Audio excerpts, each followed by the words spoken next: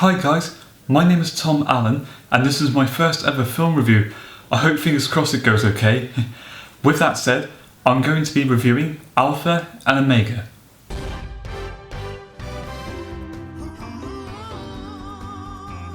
Alpha and Omega is a computer animated film which was released in 2010. It was produced by former Disney employee Richard Rich, who had also previously directed The Fox and the Hound, The Black Cauldron, and after he left Disney, he also directed The Swan Princess. The film features the voice talents of Justin Long, Hayden Panettiere, Danny Glover, the late Dennis Hopper, and Christina Ricci. So, to start things off, let's take a look at the story. The story centers around two rival wolf packs, the Alphas and Omegas, who live in Jasper National Park in Canada. From each wolf pack, we have our two main characters, Humphrey, who is an Omega, and Kate, who is an Alpha. Ever since childhood, Humphrey has always had an attraction for Kate. However, the two wolf packs are fighting for territory. In order to unite the two packs, Kate is to be betrothed to Garth, who is the son of the Alpha leader during the Moonlight Howl. However, it doesn't quite go according to plan, as Kate and Humphrey are taken away by humans to Idaho. They're to be relocated in order to repopulate. So now it's up to Kate and Humphrey to travel back to Jasper Park in order to unite the packs, and along the way, they start to develop a blossoming romance. Now I'll be honest with you, I never got a chance to watch Alpha and Omega when it was released theatrically. By that time, I was really looking forward to Toy Story 3. Oh god, I love that movie. But luckily, thanks to good old Netflix, I finally got the chance to watch the film for myself. So, what did I think of the film when I finally saw it?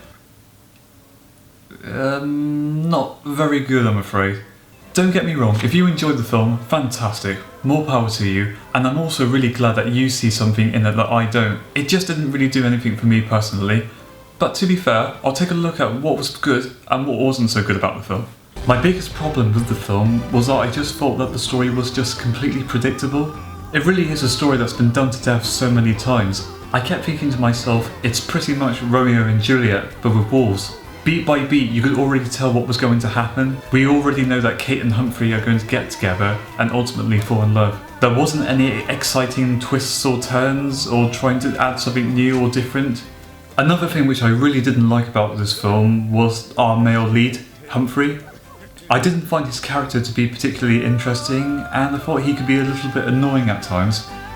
There were certain moments in the story where he's really annoying to Garth, and Garth doesn't do anything wrong at all.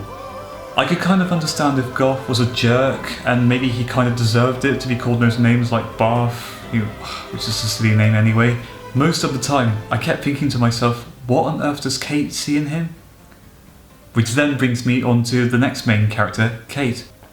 No, I didn't mind Kate. I actually thought that she could be really funny at times. I really liked her design, and she also seemed to have a really sweet personality as well.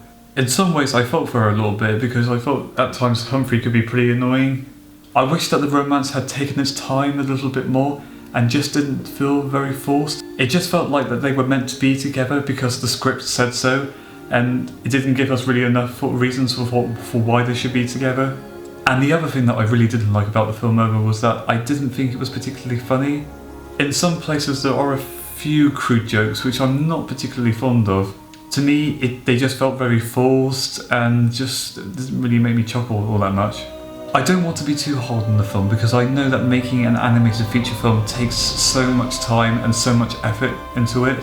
There was definitely talented people working on this film. So many talented artists worked so hard to bring these characters to life and to design and create these beautiful places. But ultimately, story does come first, and I just felt that the story was pretty weak in this film. However, having said all that, I still thought there were still a few more positive things in the film. One of the few characters I did end up really enjoying in this film was Lily. I love Lily. I thought she was really sweet, really endearing, and I loved her personality. I really found her turtle impressions just brilliant. You know what, when I think about it, I really wish the film had been about Lily. If you had made Lily the main character of this film, I think it would have been fantastic.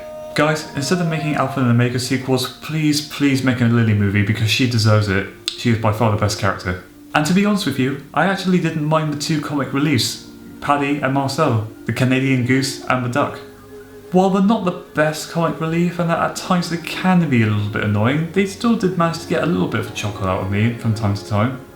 Another thing I really loved about this movie was actually the background designs. While the character animation can be a little bit odd at times and not particularly the best, I still thought that the backgrounds and the layouts looked really nice. And you know what? Even the musical score at times can be very good. One of the few scenes that I did like in the film was when Kate and Humphrey and Lily and Garth were howling at the full moon. I thought that scene was very sweet, and in my opinion was one of the few genuine moments between both Kate and Humphrey. So guys, those were my thoughts on Alpha and Omega. Like I said before, if you like the film, that's great, I'm glad you enjoy it. It just didn't do anything for me particularly. I just wish it had been a little bit more original and didn't retell a story that had already been done before. And while I wasn't a fan of the main romance, I still thought there were still a few good things to enjoy about it, particularly the characters Lily, Paddy and Marcel. I think at best I would say it's just weak. It's not a fantastic film, but it's definitely not terrible either. Trust me, I've seen a lot worse films, and Alpha Omega definitely is not the worst. If I had to give it a final rating, I'd give it a 5 out of 10. If you still want to see the movie for yourselves, feel free to check it out, but I would probably recommend renting it to start with. So guys, thank you so much for watching this video. I hope it's okay for a first timer, but hopefully, fingers crossed, I can improve, and who knows, you might see another review from me sometime soon. I also want to give a huge thank you as well to Guestsheaux for allowing us to show our reviews on his channel. He's a terrific guy.